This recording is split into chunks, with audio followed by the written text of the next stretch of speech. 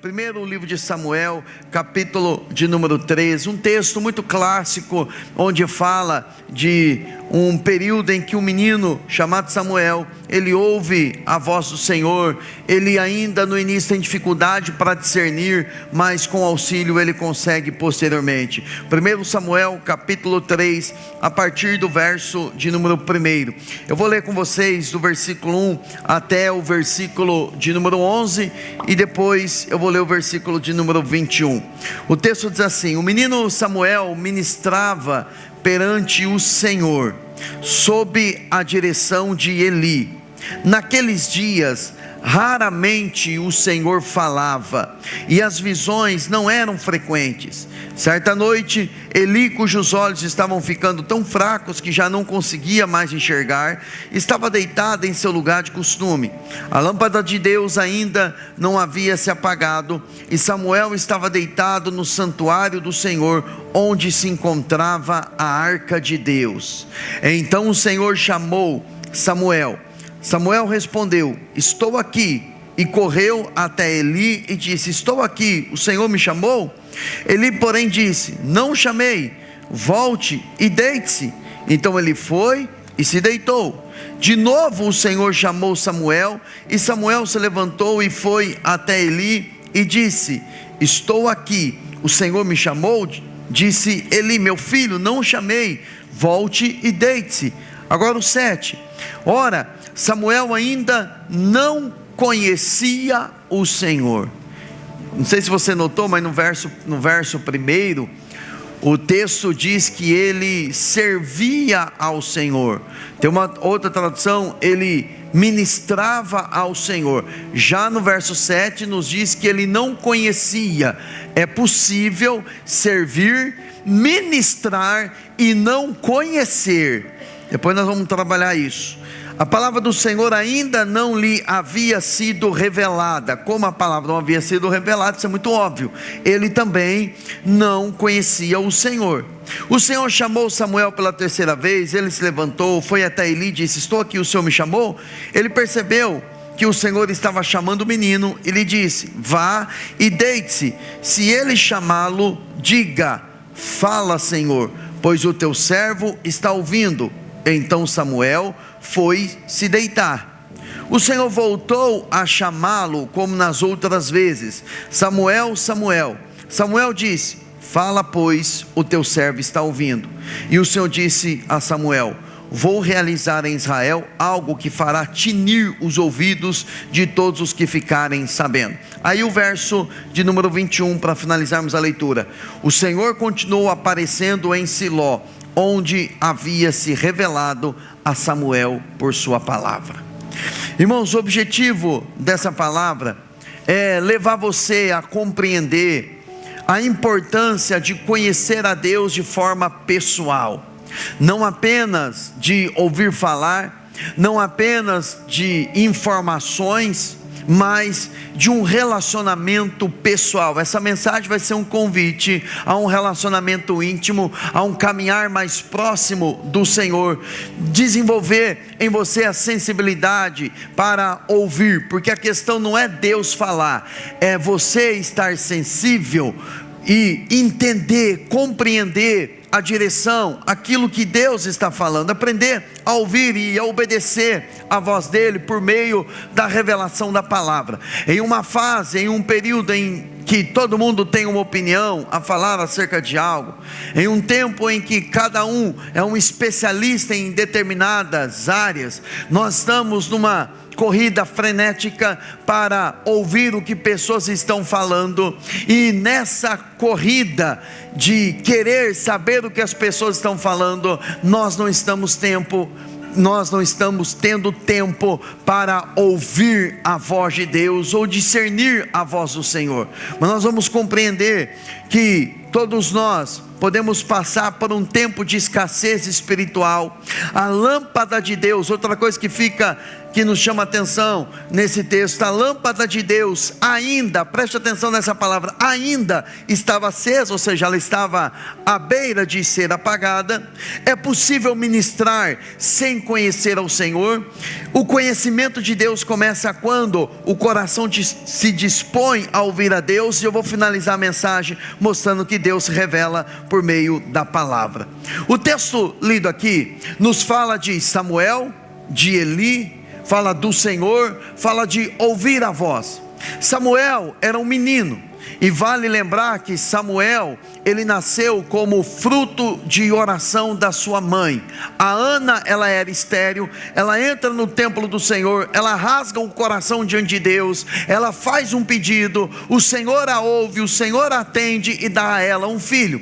E como promessa dela, ela disse: quando o Senhor me der um filho, eu vou dedicá-lo ao Senhor. E quando o menino desmamou, ela foi até o templo e deixou o seu filho, porque ela havia feito um voto com o Senhor de deixá-lo para servir ao Senhor. Por isso, ainda menino, ele estava no templo do Senhor, dormindo próximo à arca de Deus, no lugar da presença de Deus.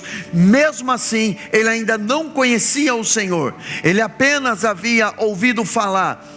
Obviamente a sua mãe, os seus pais deveriam ter dito a ele: olha, você nasceu como fruto de uma oração, e eu dediquei você ao Senhor. Ele deve ter ouvido Eli também falando como deveria servir ao Senhor, como deveria ser um sacerdote, alguém que servia ao Senhor, qual era o procedimento. Mas no texto também temos a informação que antes de a lâmpada do Senhor se apagar, eles estavam já vivendo um tempo de muita escassez, onde a palavra era rara, as visões não eram tão manifestas, ou seja, Deus me parece que estava silente, ele não estava falando, mas na verdade era porque havia uma vida de pecado, uma liderança pecaminosa. Porque se nós olharmos, por exemplo, o capítulo de número 12, o capítulo de número 2, capítulo anterior, fala que os filhos, no versículo 2, versículo 13, os filhos de Eli eram ímpios. Ímpio é alguém que conhece a palavra e faz exatamente ao contrário.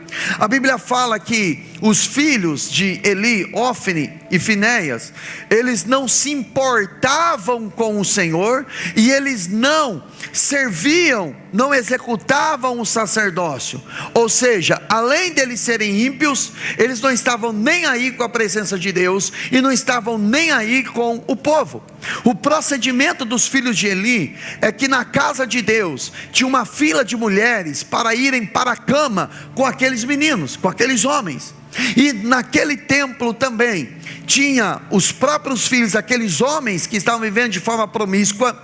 Eles, quando alguém ia oferecer uma oferta, um sacrifício ao Senhor, eles já estavam com o garfo nas mãos, para antes de queimar aquela oferta ao Senhor, eles literalmente pegavam aquela melhor parte para eles. Então eles não se importavam a Deus.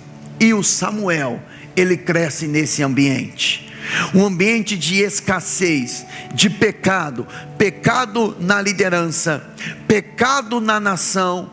E quando o Senhor não é buscado, cada um fazia o que parecia bem aos seus próprios olhos. E é interessante que Samuel, quando ele é levantado como profeta, ele era um profeta de transição. Samuel, ele viveu no período em que a nação de Israel estava transicionando da liderança de juízes para a monarquia. Se você virar algumas páginas atrás, você vai ver o livro de Juízes. O que significa o livro de Juízes? Era onde juízes estavam liderando a nação. Não pense em juiz naquela época como os juízes nos dias de hoje. Um juiz naquela época era líder da nação, responsável pela vida espiritual daquela nação, era um representante de Deus. E eles, naquele período, eles, por não ter a palavra revelada, muitos deles fizeram o que era mal aos olhos do Senhor. E no período de Samuel, porque Samuel, ele é o último juiz, e ele é aquele que vai ungir o primeiro rei de Israel. Essa informação é importante. Então ele está vivendo esse momento de transição. Ele é o profeta da transição, para transicionar o povo de um período para uma nova etapa, uma nova estação em Deus também. Iria se cumprir o que Deuteronômio capítulo 17 diz, que um dia aquela nação entraria na monarquia. Mas enfim, ele está vivendo nesse ambiente, e quando ele olha para o seu líder, ele olha para os filhos do seu líder, ele vê pecado. Então ele tinha todas as condições para dizer: eu também vou bagunçar o negócio, eu também vou seguir esses maus exemplos, eu também, eu não vou mais servir o Senhor, porque a liderança é doente, a liderança é pecaminosa, então eu vou sair, eu não vou cumprir o meu ministério. Mas ele não faz isso, ele aguarda, ele continua servindo ao Senhor, e o que mais impressiona, mesmo sem conhecer ao Senhor. Então a fase em que Samuel está vivendo é uma fase de escassez. A palavra era rara. Se voltarmos para Juízes capítulo 21, verso de número 25, vamos lá, só para finalizar o entendimento do livro de Juízes. Juízes 21, 25, naquela época não havia rei em Israel, cada um fazia o que era certo aos seus próprios olhos. Quando uma pessoa, ela começa a fazer o que ela acha certo aos seus próprios olhos, já mostra que ela tirou o senhorio de Cristo do coração dela. Porque a palavra Senhor é a palavra Kyrios, significa literalmente que Ele é o nosso dono. Como Ele é o nosso dono, então eu não tenho o direito de fazer com a minha vida aquilo que eu bem entendo.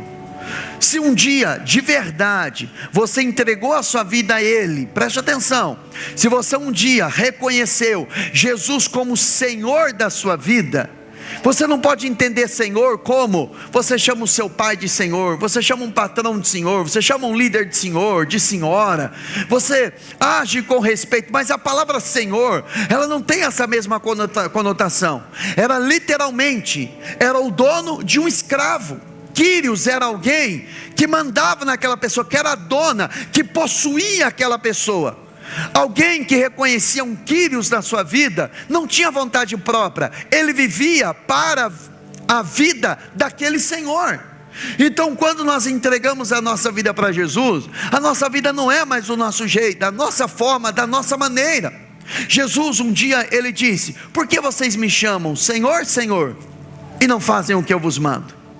Numa outra ocasião ele disse, naquele grande dia, alguns vão dizer: Senhor, em teu nome eu expulsei demônios, em teu nome eu preguei, em teu nome eu profetizei. E ele não disse que eles estavam mentindo ou que eles vão mentir. Na verdade eles profetizaram, na verdade eles pregaram, na verdade eles expulsaram demônios, na verdade eles ministraram. Mas o Senhor disse: apartai-vos de mim, porque eu não vos conheço. Ou seja, servir ao Senhor sem conhecê-lo é perigoso. Agora, cuidado com o outro extremo, que algumas pessoas dizem o seguinte: tá bom, então já que eu não conheço, eu vou deixar de servi-lo, eu vou deixar de ministrar, eu vou deixar o ministério, porque agora eu quero um tempo de busca. Negativo. A Bíblia fala que o Samuel, ele continuou servindo ao Senhor, mesmo sem conhecê-lo, mesmo sem ter uma revelação pessoal de quem era o Senhor. Mas a intenção, agora penso eu, que a intenção sincera no coração dele, fez com que o Senhor se manifestasse para que ele o conhecesse. Agora, antes de entrar em maiores detalhes, essa questão da escassez espiritual é uma fase que eu e você não podemos nos acostumar. Todos nós podemos um dia enfrentar uma fase de escassez espiritual, e a maior sinalização de que eu e você estamos numa escassez espiritual não é o que estamos sentindo. Não confunda: eu não estou sentindo a presença de Deus, eu vou no lugar, eu oro, não sinto mais nada, com escassez espiritual. Porque você não foi chamado para andar por sentimento, você foi chamado para andar por entendimento, e o entendimento correto é que Deus habita dentro de você, e Ele está em você, sentindo ou não. Mas um grande sinalizador de que você está verdadeiramente numa escassez espiritual é que você começa a caminhar por aquilo que você acha certo e não por aquilo que a palavra de Deus acha certo. Numa época que nós estamos vivendo, onde cada um quer falar alguma coisa, quer interpretar a Bíblia ao seu bel prazer. A pessoa que não consegue vencer a bebida diz que não é pecado beber, que não tem problema algum beber. A pessoa que não vence a prostituição, por ela insistir nisso e não conseguir vencer, ela diz: não, Deus entende o meu pecado.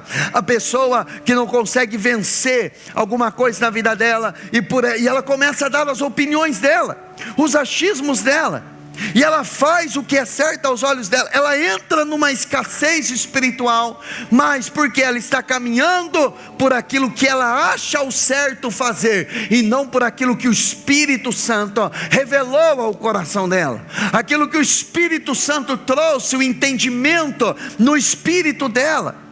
Então esse momento é um momento perigoso, porque quando a pessoa começa a caminhar por aquilo que é certo aos olhos dela, ela vai para um extremo, e ela começa a se tornar como os filhos de Eli, que não se importam mais com o Senhor. O importante para ela é o que ela pensa, é o que ela acha que é certo aos olhos dela. Então esse perigo, esse momento de escassez, é um momento, se você está enfrentando, se eu estou enfrentando, se nós estamos enfrentando, é um momento que nós devemos clamar a Deus e dizer: Deus, eu estou desesperado por sua presença. Quando Jesus ele ensinou a respeito do jejum, ele colocou o jejum em uma categoria. Ele disse: vocês devem jejuar no momento em que vocês perceberem que o noivo for tirado. Nesses dias jejuarão. Mas aí inventamos jejum para vencer o diabo, aí inventamos jejum para receber uma porta de emprego aberta, aí inventamos jejum para um monte de coisa, quando na verdade jejum é uma fome, é um desespero pela presença de Deus. Ele mesmo disse: nesses dias em que o noivo for tirado, a igreja é a noiva de Cristo. E se você percebe que a presença de Deus está escassa em você, que você está distante da presença dele, um crente verdadeiro, ele não suporta viver distante do seu Senhor. Em Amós capítulo 8, verso 11, o Senhor disse: eu vou enviar em um momento fome e sede, mas não fome e sede de alimento físico, mas fome e sede da minha palavra. A propósito, você tem fome da palavra de Deus? Você tem fome de se alimentar dele, de se encher da presença dele, fome de se envolver com ele? A fome denuncia a sua maior necessidade, mas a verdade é que muitas vezes nós não temos fome da palavra de Deus, porque nós não entendemos quem é a palavra. Porque se você entender quem é a palavra, você vai começar a comparar se você ama Jesus de verdade. Se eu fizer uma pergunta aqui, para você: você ama Jesus? Eu duvido que vai ficar alguém sem levantar as mãos. Mas se eu perguntar a alguém aqui: você fica uma semana sem ler a Bíblia, sem ler a palavra? Você fica um dia sem meditar na palavra? Como é que você fica longe de alguém que você ama? Sabe por quê? Porque Jesus e a palavra são a mesma pessoa. Quando a Bíblia fala em João 1,10, ela diz o seguinte: que a palavra habitou entre nós, a palavra encarnou, a palavra que criou os céus e a terra, que é Jesus. Jesus é a palavra. Se nós amamos Jesus, então nós queremos nos relacionar com Ele. Você que é casado, você que é marido, esposa, você diz que ama o teu marido, mas fica um mês sem se relacionar com ele, ou vice-versa, sem ter intimidade com ele. Que amor é esse? É um amor de palavras apenas, mas não de atitude. Ou seja, como é que eu amo Jesus? Como é que eu amo a palavra e não me relaciono com ele? Só que se nós não estamos exercendo a fome pela palavra, é porque a fome ela existe, mas ela está sendo substituída. A nossa alimentação foi trocada. Ao invés de nos alimentarmos com a palavra, nos alimentamos com tanta informação, com tanta porcaria, que quando chegamos para ouvir a palavra de Deus, nós estamos cheios, fartos, e a palavra ela não consegue cair no nosso coração. É como uma mãe que prepara o prato predileto do seu filho, para o seu filho, e prepara a mesa, prepara a melhor comida, a comida que o filho mais ama. E aí quando ela coloca aquela comida na mesa, o filho chega da rua e diz para a mãe: mãe, eu não estou com fome. Por quê? Não, eu comi uma coxinha no meio do caminho, eu comi um salgadinho no meio do caminho, e ainda que a sua comida é boa, mas eu tô cheio, eu não vou conseguir comer. Irmãos, é assim que eu e você muitas vezes fazemos com a palavra de Deus. Nós nos enchemos de tanta porcariada, de tanta informação, e não estamos percebendo que o nosso coração está se esfriando. Mateus 24:12 diz que por aumentar, multiplicar a iniquidade, o amor de muitos esfriará. Isso não pode roubar o nosso coração. A frieza não pode abraçar o nosso coração. A frieza para com o Senhor, isso não é normal. Ter uma vida que não é apegada à presença dEle, que não ouve a voz dEle, que não se apaixona pela palavra, isso não é normal, isso é perigoso. Deixar o primeiro amor é mais do que simplesmente uma frieza, é pecado. A igreja de Éfeso, a igreja é uma igreja que ali passou Paulo, ali passou Timóteo, ali passou o apóstolo João. Eles tiveram excelentes pastores, líderes que passaram ali. Mas quando você vai para Apocalipse capítulo 2, capítulo 3, as igrejas do Apocalipse, você vai para a igreja de Éfeso, você vai perceber que era uma igreja que tinha muito ensinamento, que não suportava os falsos apóstolos, que tinha condições de renunciar os falsos apóstolos, não aceitava qualquer comida, mas eles perderam o primeiro amor. Eles tinham entendimento na mente, mas estavam frios no coração. E quando o Senhor vai repreendê-los, Jesus diz: lembra-te de onde vocês caíram. Eles caíram, perderam o primeiro amor. Não é simplesmente, eu me esfriei. Não, é eu caí. E não é simplesmente eu caí, é eu pequei. Porque a atitude de alguém que perdeu o primeiro amor, o Senhor falou: arrependa-te. Arrependimento. E arrependimento, ele é anunciado na Bíblia onde há pecado. Então o Senhor falou para uma igreja: vocês deixaram o primeiro amor. Por que perdeu-se o primeiro amor? O primeiro amor, ele se perde porque perdeu o relacionamento, perdeu-se o caminhar, perdeu o andar junto. Agora, estavam vivendo uma fase de escassez. O Samuel estava naquele tempo, um tempo de escassez, mas no tempo de escassez o Senhor falou com ele. Só que como ele ainda não tinha discernimento, quando o Senhor chamou ele, olha o perigo. Ele diz, o Senhor o chama, Samuel, Samuel.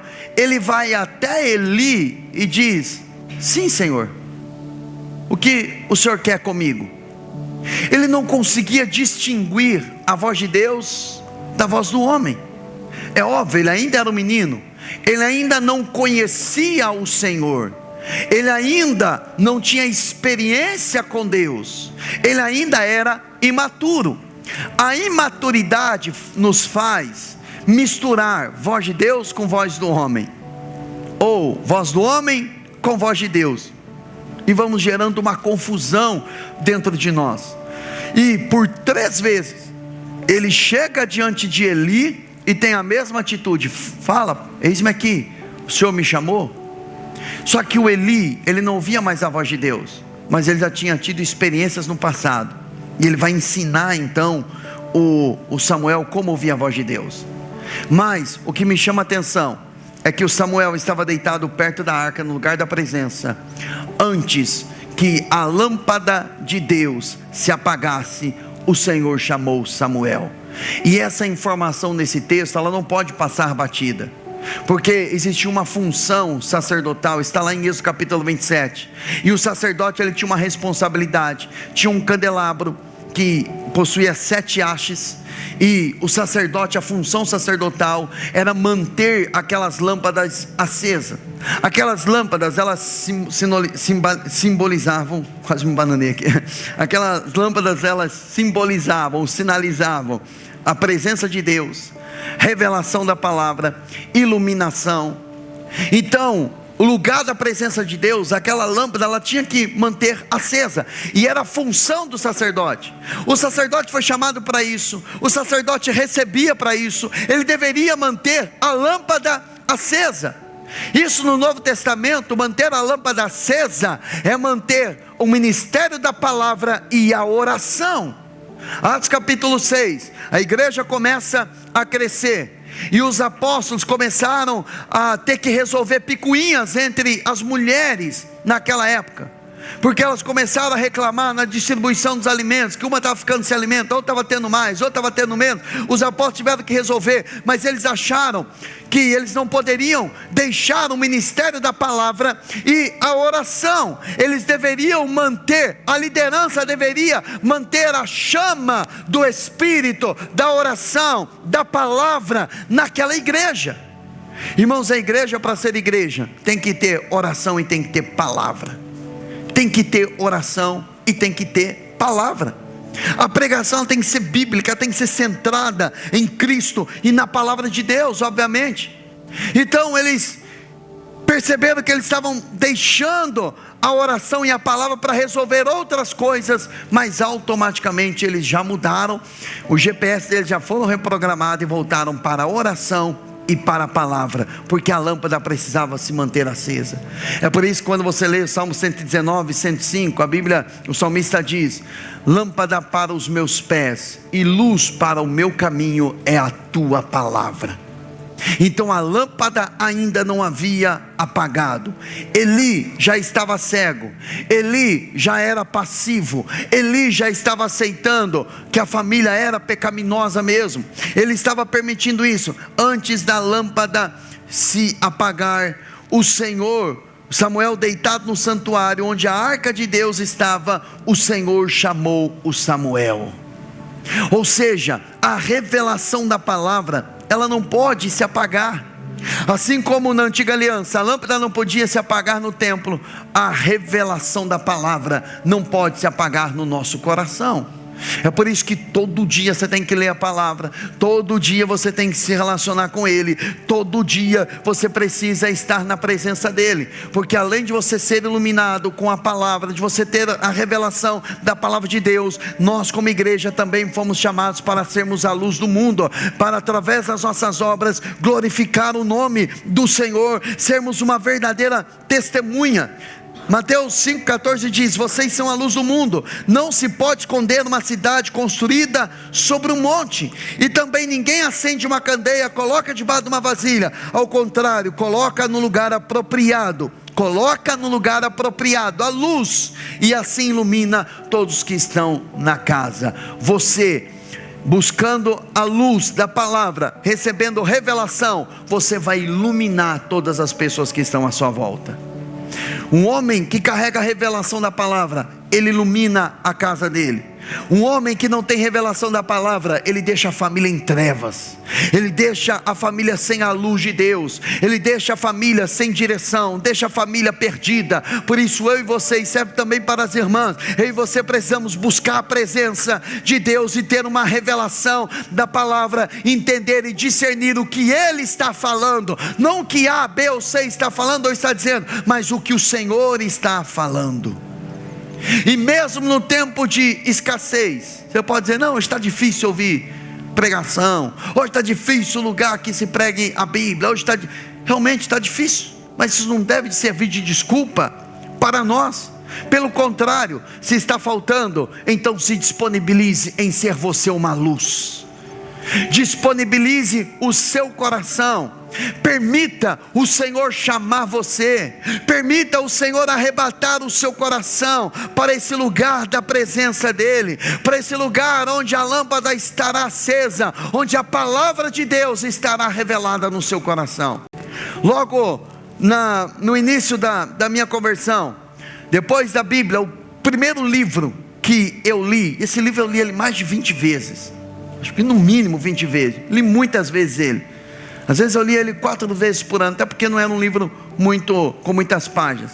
O primeiro livro cristão que eu li após a minha conversão foi o livro do Kenneth Hagin, Autoridade do Crente. E esse livro fala justamente sobre revelação da palavra. O Reig, ele conta já logo no primeiro capítulo, que ele estava lendo a carta de Paulo aos Efésios, e já nos primeiros capítulos, Paulo, ele orava pela igreja de Éfeso, para que o Senhor desse a eles espírito de sabedoria, de revelação e de conhecimento. Ou seja, essa inteligência que ele estava pedindo é inteligência espiritual.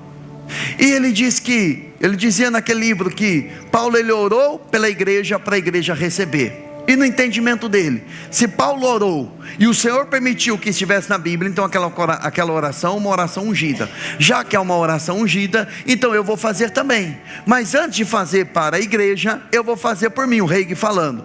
E ele diz no livro que ele orou mais de 1000 vezes, e Deus deu a ele, e ele começou a ter entendimento. E já nos primeiros meses de convertido, esse livro chega até mim, e eu estou lendo isso. E eu disse, se funcionou para Paulo, para a igreja de Éfeso, se funcionou para o Kennedy Reig, vai funcionar para mim. Eu lia a Bíblia e eu não entendia nada, apesar de eu estar eu ainda naquela época era um novo convertido, mas eu lia e eu não conseguia entender.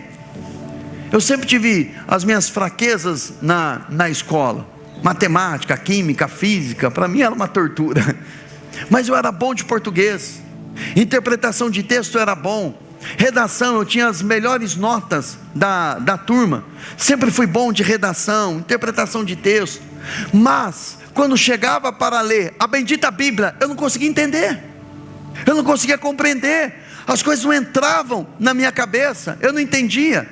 E aí, por eu não conseguir entender, eu logo deixava a Bíblia, mas algo dentro de mim falava ler, eu lia, mas não entendia. Quando começava a ler, parecia que estava tomando sonífero, eu dava sono, me distraía, mas enfim, e eu comecei a orar. E quando o Senhor deu o espírito de sabedoria e revelação, porque eu dispus o meu coração a buscar, os textos começaram a fazer sentido. Um texto começou a ligar com o outro, eu comecei a ter entendimento, compreensão. Por quê? Porque eu pedi e o Senhor me deu. Porque não é o quanto você é sábio no seu entendimento, mas é o quanto Deus revela a você. Então a lâmpada, ela precisa estar acesa. A lâmpada de Deus, ela precisa acender no seu coração. E a partir do momento em que Deus me deu resposta a isso, o crescimento espiritual que eu tive foi absurdo. Porque dias depois eu fui batizado no Espírito Santo com 7 meses de convertido. 2 meses depois que fui batizado no Espírito Santo, eu comecei a liderar os jovens na igreja. Eu comecei a pregar com 9 meses de convertido. E Deus começou a me dar entendimento, compreensão da palavra, por conta de um pedido. Quando você pedir a Ele, e Ele der a você espírito de sabedoria, de revelação, o seu crescimento espiritual vai ser absurdo, porque o Espírito Santo vai elevar o seu nível, e vai levar você a um nível de entendimento, de conhecimento, que somente o Espírito pode dar a nós. Amém, irmãos? Então você vai tornar-se uma pessoa diferente. Agora, um outro ponto interessante, que no versículo de número 7, Samuel ainda não conhecia o Senhor, e a palavra do Senhor ainda não lhe havia sido revelada, e ele ministrava ao Senhor já. É possível alguém ministrar sem conhecer, sem ter revelação, sem ter intimidade com Ele. Só que é um ponto perigoso, porque você pode começar dessa forma, mas você precisa ansiar no seu coração o desejo de conhecê-lo, porque se passar muito tempo, você pode sair da rota e começar a andar pelos seus próprios caminhos. Mesmo ele não conhecendo o Senhor, ele continuou fazendo, ele continuou servindo. Samuel estava no templo, mas ele não conhecia Deus. E se ele fosse conhecer pelas pessoas que estavam à volta dele, quem que estava à volta dele? Quem eram os seus amigos? Ofni e Finéias, aquelas 2 pragas, pecadores assim no mais alto nível, roubavam e se prostituíam. Quem era o seu pastor? Eli,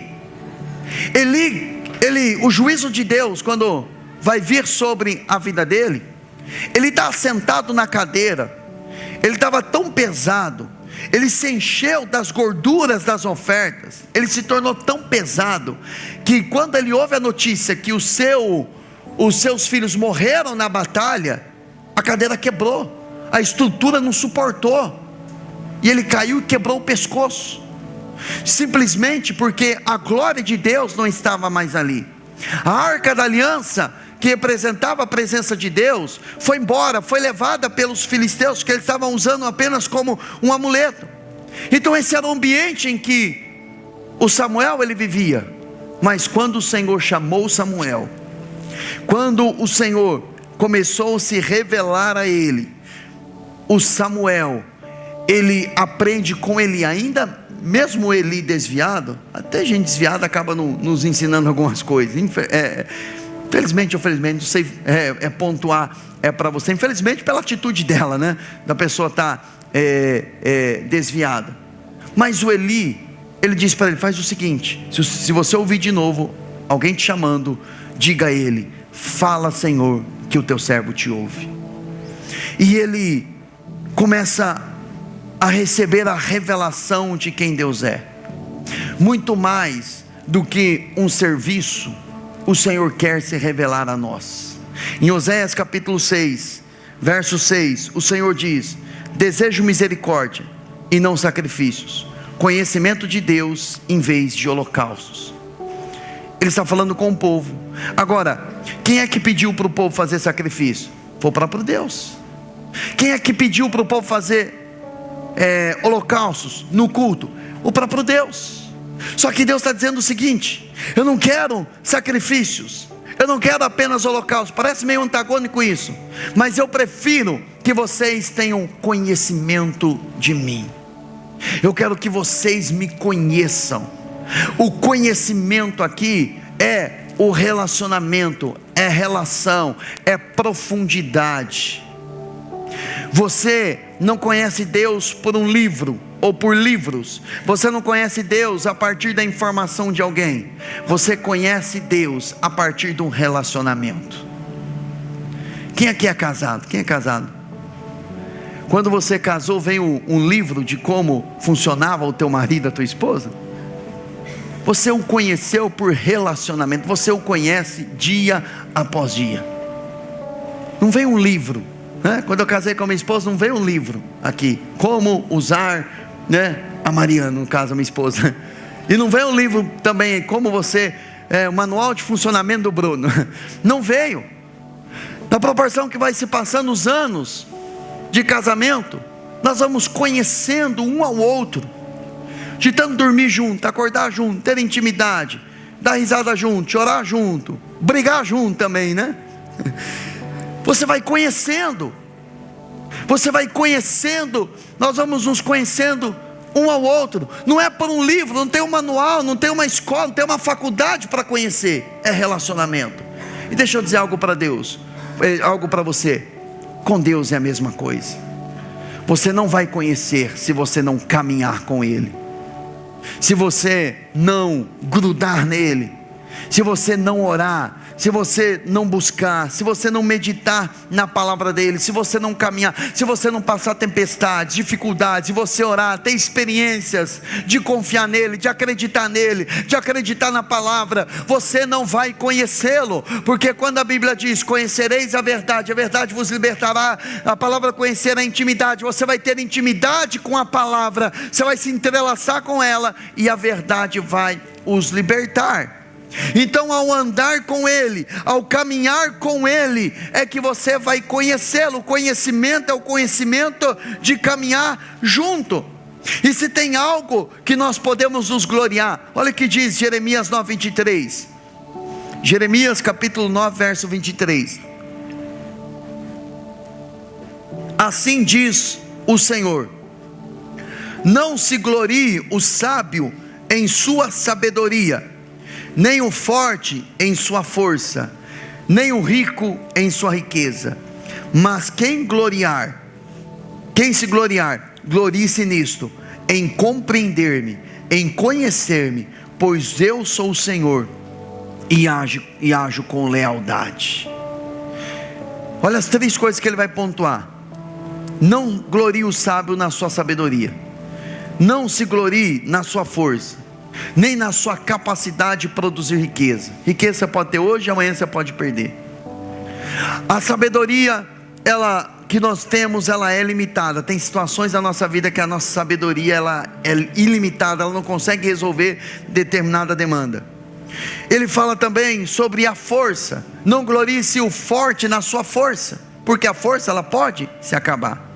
Mas se tem algo que eu e você devemos de nos gloriar, é de compreender, entender, ter revelação de Deus e também conhecer a Ele. Porque se você perder força, você não tiver sabedoria, e você perder a riqueza, mas você compreender ao Senhor, conhecer de caminhar com Ele, você vai saber que Ele é leal a você, e aquilo que você perdeu um dia, Ele te dá em dobro no outro dia. Então a maior glória de uma pessoa, de um homem, é compreender e conhecer ao Senhor. Então a partir de hoje, decida no seu coração: eu não quero apenas servi-lo, eu não quero apenas ministrar a Ele, eu não quero apenas exercer o meu ministério, eu quero compreender, eu quero entender, eu quero conhecer, eu quero relacionamento, eu quero intimidade com Ele. Porque se Ele diz: não quero o sacrifício, o holocausto, eu quero que vocês me conheçam. Se Ele fala para o povo, através de Jeremias: gloriem-se vocês em me conhecer, é porque há um desejo no coração dele, e o desejo do coração de Deus é se revelar a você. Ele tem maior anseio em se revelar a você, do que você de ter revelação por Ele. Então é um caminho que está aberto, o véu foi rasgado, Jesus já pagou um alto preço, você pode ir até o coração do Pai e conhecê-lo. E quando você conhece a Ele na sua intimidade, você conhece a lealdade dEle, você conhece a fidelidade dEle, e você não se desvia nem para a direita, nem para a esquerda, você se mantém no caminho, porque você sabe: eu sirvo um Deus, eu tenho um Pai que é leal a mim, e eu vou me manter fiel a Ele, e Ele vai cuidar de tudo que eu preciso. Porque você conhece a faceta de Deus, a lealdade. Ele é leal. É verdade que nós enfrentamos momentos na nossa vida que parece que as promessas não estão se cumprindo. Eu caminho com o Senhor há 26, vou para 27 anos caminhando com Ele, tenho 26 anos pregando a palavra praticamente. Então eu enfrentei fases, enfrentei momentos que caminhava com Ele, parecia que absolutamente nenhuma das suas promessas iriam se cumprir. Aí passavam-se alguns meses e vinha a palavra se cumprindo, e aí eu entendia que aquele momento de choro, de dor, de aparente abandono, de aparente falta de resposta, era apenas uma fase dele treinando o meu coração e me permitindo enfrentar situações para se revelar na sua lealdade. Quando você conhece o coração leal de Deus, você tem um poderoso aliado ao seu lado. Então mantenha a sua aliança com Ele, mantenha o seu relacionamento com Ele. É lógico que servi-lo não substitui a intimidade com Deus. Você deve ter ouvido muito isso: eu preciso ter intimidade com Deus. Intimidade é você e Ele. Intimidade não é você, Ele e uma outra pessoa. É importante os nossos cultos, é importante nos reunirmos como igreja. Estamos aqui cumprindo princípios espirituais, cultuando a Ele, ouvindo a palavra de forma coletiva, nos reunindo como irmãos. Mas existe uma intimidade que é só você e Ele. A Bíblia fala de oração coletiva, a Bíblia fala da oração em unidade, a Bíblia fala da oração em concordância, mas a Bíblia também fala da oração no seu quarto, onde é você e Ele. É naquele lugar onde você expressa a sua verdadeira adoração. É naquele lugar onde você arranca as suas máscaras. É naquele lugar onde não tem holofote, não tem aplauso, não tem aplauso humano, não tem gente para dizer: olha como espiritual você é. Você não precisa ficar usando palavras bonitas para orar de forma bonita, para todo mundo aplaudir você, porque a oração não é bonita. Você vai estar somente você e Ele. É ali que você demonstra o seu amor, é ali que você demonstra a sua intimidade para com Ele. E Ele, quando você começa a caminhar com o Espírito Santo, Ele vem para se relacionar conosco nos momentos em que nós nem imaginávamos. Às vezes você está na mesa com alguém, e vem aquela voz do Espírito, ele começa a trazer revelação para você. Às vezes você está numa festa, e ele não vai respeitar a sua festa, ele vai falar com você lá. Às vezes você está cansado, você vai pegar no sono para dormir, e você vai ter aquela percepção, aquela sensação: ele está me chamando para ir para a sala da minha casa, para a varanda da minha casa, para o quintal da minha casa, e gastar tempo com ele. As suas maiores experiências você terá a sós com Deus. Não espere um culto poderoso, um pregador mega ungido, fazendo coisas extraordinárias, coisas mirabolantes. Nada substitui o seu relacionamento com Ele. Eu já vi muitas curas impressionantes. Eu já vi o Senhor abrir os olhos de uma pessoa que era cega e ser curada na minha frente. Eu já vi câncer desaparecer, eu já vi demônios serem expulsos, eu já vi muita coisa poderosa do Senhor, mas nada me firmou mais na presença dEle do que a intimidade com o Espírito Santo. Essa intimidade não é transferível. Não espere alguém botando a mão na sua cabeça e dizendo: olha, eu estou transferindo a minha unção para você, eu estou transferindo aquilo que eu carrego para você, porque intimidade não é transferível. A intimidade é você e Ele. O máximo que alguém pode pôr a mão na sua cabeça é ter uma experiência com Deus, mas a intimidade você conquista caminhando com Ele. O conhecimento dEle vai iniciar, o conhecimento que eu digo relacional, a partir do momento em que você falar como Samuel: fala, Senhor, que o teu servo ouve. Fala, Senhor, que eu estou disponível. Eu estou, como diz o Luiz Hermínio, eu estou facinho para o Senhor. Pode falar comigo, pode vir, fala comigo, ministra o meu coração. Provérbios 4:20. O Senhor, lógico que foi Salomão que escreveu ali, mas eu creio, ele inspirado pelo Espírito Santo, ele diz: filho meu, atenta para as minhas palavras, preste atenção naquilo que eu estou dizendo. Salmo 25, verso 14: o Senhor confia os seus segredos aos que o temem. Aqueles que o respeitam, o Senhor conta-lhe segredos, Ele conta-lhe coisas espirituais. Agora, ouvir a voz de Deus é também revelada ao coração daqueles que tremem diante dele. Olha o que diz Isaías 66:2. Esse versículo, ele é impressionante. Eu já ministrei uma série de mensagens só utilizando esse versículo aqui. Não foram as minhas mãos que fizeram todas essas coisas, e por isso vieram a existir? Pergunta o Senhor. A este eu estimo. A esse eu estimo. Salmo 66, Isaías 66, verso 2, declara o Senhor: mas a este eu estimo, eu desejo que esteja perto de mim, o Senhor falando, a humilde e contrito de espírito, que treme diante da minha palavra. Qual é a pessoa que o Senhor deseja estar com ela? A pessoa que treme diante da palavra dele.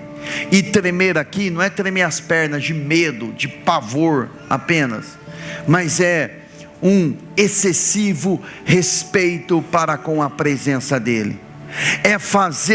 É cumprir de acordo com a palavra, de acordo com a vontade dele. É fazer como Maria, quando o anjo diz a ela que ela ficaria grávida, e o poder do Altíssimo envolveria ela, e ela iria gerar, o Espírito iria gerar no ventre dela o Senhor Jesus. E em Lucas 1:38 ela vai orar dizendo: Senhor, cumpra em mim, cumpra na tua serva a tua palavra. Ou seja, é você se posicionar debaixo desse ambiente em que você se submeter à palavra dele. Agora, para finalizar a mensagem, o verso de número 21 de 1 Samuel capítulo 3, a Bíblia diz que o Senhor continuou manifestando-se a Samuel. O Senhor continuou a aparecer em Siló, pois foi ali que o Senhor se revelou a Samuel, por meio da sua o quê? Palavra. Então, se existe uma maneira que o Senhor se revela a nós, Ele se revela por meio da sua palavra. é quando Ele aviva a palavra do nosso coração. Você já deve ter ouvido falar da expressão palavra rema. Que é a palavra rema? É quando a palavra escrita, ela se torna viva para você. Você entende, ela enche o seu coração a ponto de você falar. Paulo disse: eu criei, por isso falei. Se você crer com o coração e confessar, falar que Jesus Cristo é o teu Senhor, será salvo. Ou seja, a palavra arde no coração, a palavra queima no coração a ponto de você falar, a ponto dela sair para fora. Então, quando uma pessoa, ela tem essa experiência de conhecer a Deus por sua palavra, essa pessoa começa a provar do que diz Salmos 19:7, a lei do Senhor restaura a alma. Quando você conhece o Senhor, a lei dele restaura a sua alma. Você está cheio de deficiências nas suas emoções, você está cheio de problemas emocionais. Existe uma forma de você restaurar a sua alma, e essa maneira, essa forma é através da lei do Senhor. Aparte-se da lei e você se aparta da cura das suas emoções.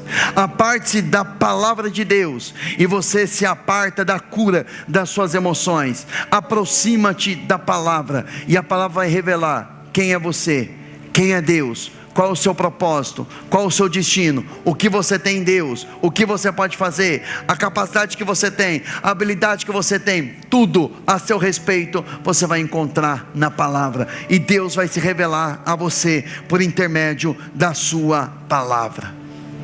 E quando Ele começa a se revelar a você pela palavra, você vai ter a mesma sensação daqueles dois discípulos de Lucas 24, quando eles estavam indo em direção a Emaús. Jesus se apresenta diante deles, ainda que a priori eles não entenderam, não perceberam que era Jesus, mas quando Jesus parte o pão, eles olham para Jesus e dizem: é o Senhor desapareceu. E na conversa de um discípulo para com o outro, ele dizia assim, porventura, eles diziam uns aos outros, porventura não ardia o nosso coração quando eles estavam expondo a palavra, as escrituras?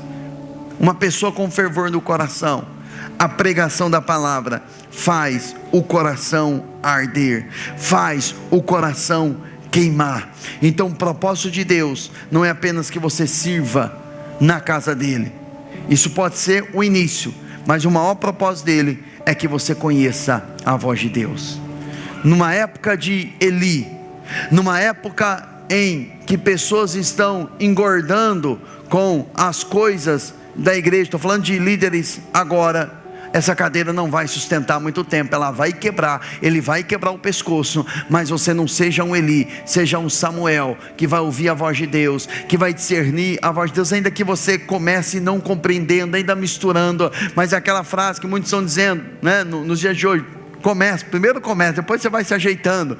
Então, primeiro vai dando sinais, primeiro vai dando respostas, vai tendo um coração responsivo em relação à voz de Deus, em relação às coisas de Deus, ainda que você não compreenda, ainda que você esteja misturando voz de Deus com voz do homem, mas vai insistindo, vai dizendo a Ele: Senhor, fala comigo, que o teu servo ouve. E quando você amadurecer, você não vai ter dúvida mais, quando é Ele te chamando. E quando Ele chamar, diga a Ele: eis-me aqui, fala que o teu servo ouve. Agora lembre-se de uma coisa: ouvir na linguagem bíblica, não existe ouvir e não obedecer. Ouvir e obedecer são sinônimos. Aos olhos de Deus, você entendeu, compreendeu, você pratica. Não entendeu, não compreendeu, as aves dos céus são os demônios, eles vêm e roubam aquela semente que foi semeada no seu coração. Agora, fiquem em pé todos vocês, nós vamos orar.